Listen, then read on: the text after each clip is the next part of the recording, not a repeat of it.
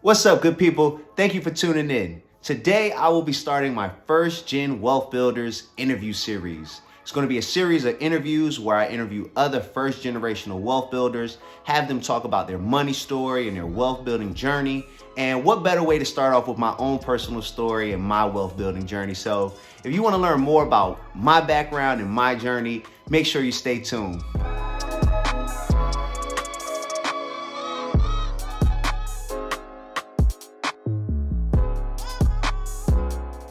What's up, First Gen fam? This is First Generational Wealth Building, where we help you transform your money mindset, your money habits, and your money beliefs. I'm your host, Ashanze, aka Zay.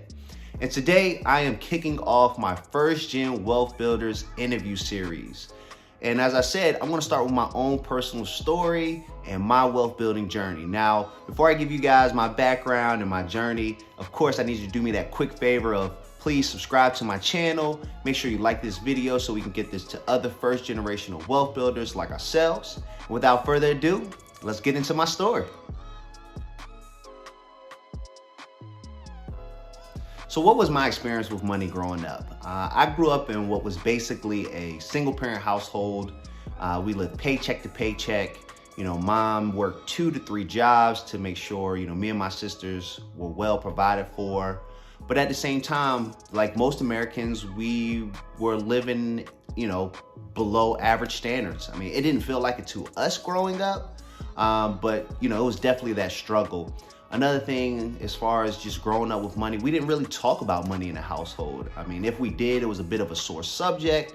At most we talked about was saving a little bit of money, but even then, it wasn't like you need to put it in a high yield savings account or invest or anything like that. So money was a bit of a taboo subject for us growing up. I really had to learn everything about money on my own. So, for us, money was such a sore subject. It started a lot of fights in our household, and, just growing up, it was just something that wasn't really talked about. So, that was my relationship with money growing up. I would say that I started to learn about money in college.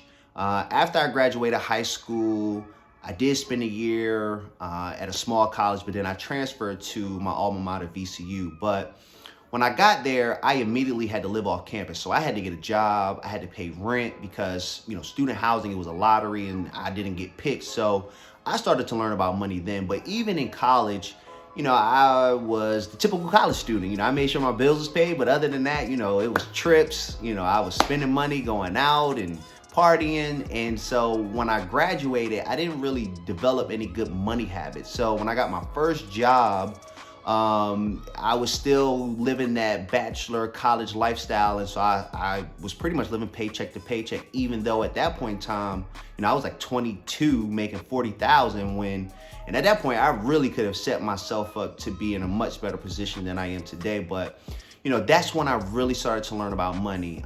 As time went on, I started to read more books. I think the first book I read was The Rich Dad, Poor Dad. And, after I read that, I tried to go into the wholesaling thing and flip a house or two, but that wasn't working out. So I went back into the workforce. Eventually throughout the years, I was still living paycheck to paycheck up until about, when I got engaged. And that's when I really started to even learn more about money. I immersed myself in the debt-free community. I started reading a lot more books. And I would say all of this started around the end of 2018. And that's when I got really, really serious about just how does money work and, what's the truth about money. So I would say after college and in 2018 and onwards is when I really, really started to learn about money. Such a great question. So what were some of the obstacles that I had to overcome during my financial journey?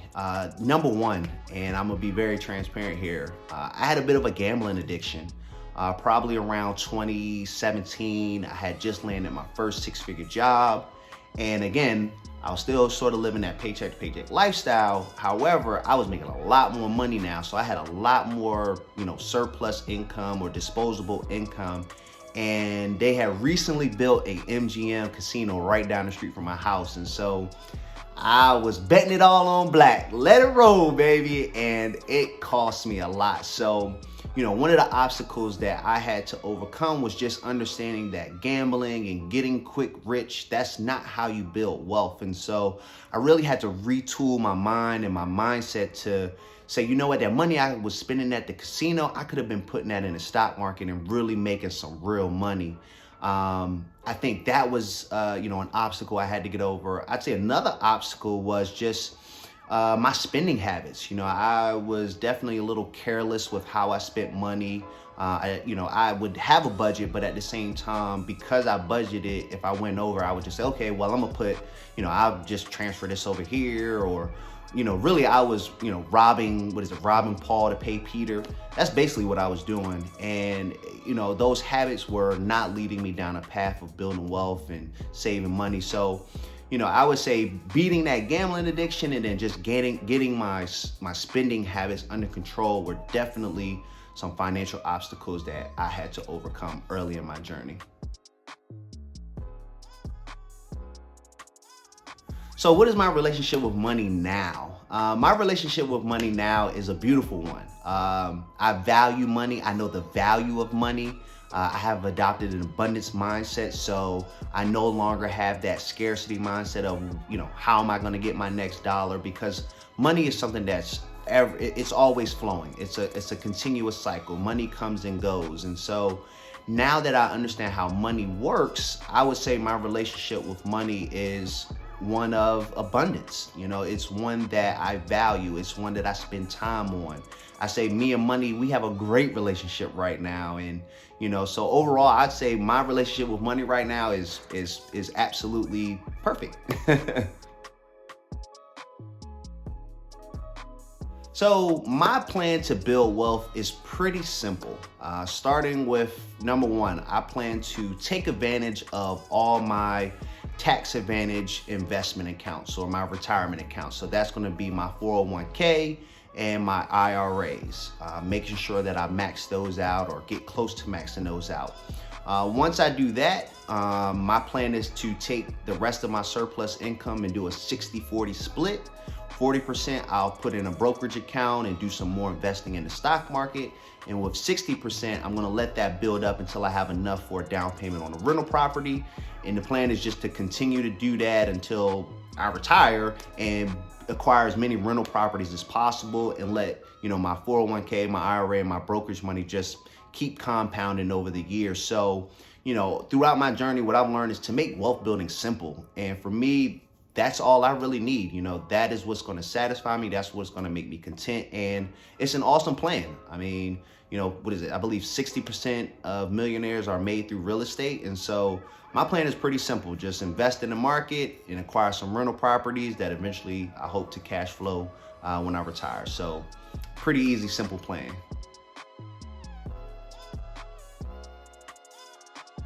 So the one piece of advice I have for other first-gen wealth builders, it's a bit twofold. And the first part of it is to first transform your mindset. Start working on your mindset. Develop a positive outlook on life and on money and on your situation. You made some mistakes, but now is the time to clean it up and get better, and everything moving forward is positivity. That's the first thing. You got to work on your mindset and just developing a positive outlook. The second part of that is truly understanding your why, or knowing your why of why you want to be financially independent or why you want to be financially free. Because understanding and knowing your why is definitely the most driving factor behind the reasons you spend money or, your relationship with money. So really knowing why you want financial independence, that's going to be that motivating factor that keeps you going when times get rough or when times get tough. When you really want to go buy that new, whatever it is, but you got goals, remembering your why or bringing your why to the forefront that's what's going to help you and prevent you from going and buying that item that you shouldn't be buying. So again, my advice for first-gen wealth builders would be, again, first, work on your mindset. And then number two, understand your why. So I hope you guys enjoyed that interview, learning more about my background and my money story, as well as my path to building wealth. If you did enjoy it, I would love if you press that like button as well as the subscribe button. And next week, I have a special guest. I'll be interviewing Miss Valencia Morton, the creator of Millionairess Mama and the Single Moms on the Money podcast. Until next week, stay blessed and peace out.